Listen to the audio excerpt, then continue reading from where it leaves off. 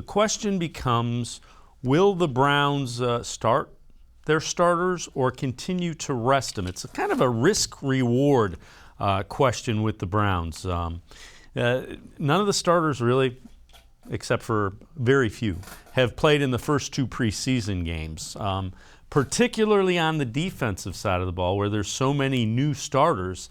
The question becomes, do you play the starters on the defensive side of the ball so they can get some time in? What do you think about that, Mary Kay? You really haven't had the defense together on the field in the preseason. Do you think that's important, or is it a risk-reward kind of thing? Well, I wrote a column about this today.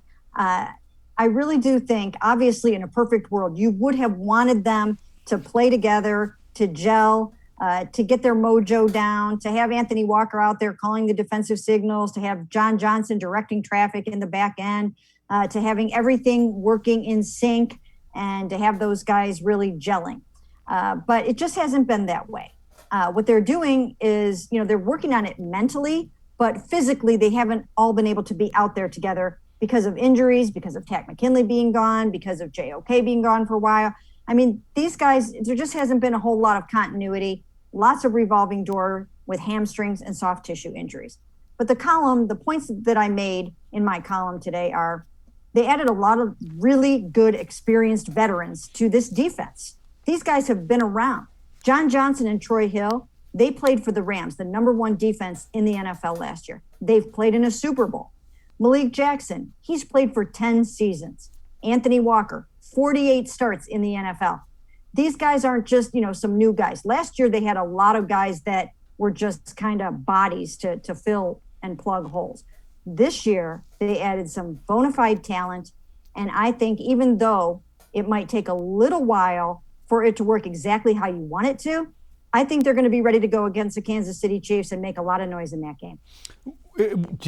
Would you play the starters? Would you play Baker Mayfield? Would you play some of the starters, or would you just not risk it? I mean, you look at some of the injuries. L.J. Fort, starting linebacker for the Ravens, had an injury. Osai for the Bengals. A.J. McCarron tore his ACL for the Falcons. I'm seeing that, and I'm going, man, I don't know if I'd play any of the starters if I'm Kevin Stefanski and the Browns. No, they've come this far. I mean, you wouldn't get to this point in the preseason and then on August 29th, lose some of your best players. That doesn't make any sense. They'll keep with the theme of keeping these guys healthy and getting to the season ready to go and as full of a football team as they can possibly field on September 12th in Kansas City. I don't expect to see Baker Mayfield or Jarvis Landry, Nick Chubb, Myles Garrett, or any of those guys play against the Falcons. That's the time for the young guys to go out there, prove that they belong on this football team 2 days before those final cuts, and get out of there healthy. Yeah, I think that's the best thing is let's see if everybody can be healthy and get ready to go to Kansas City.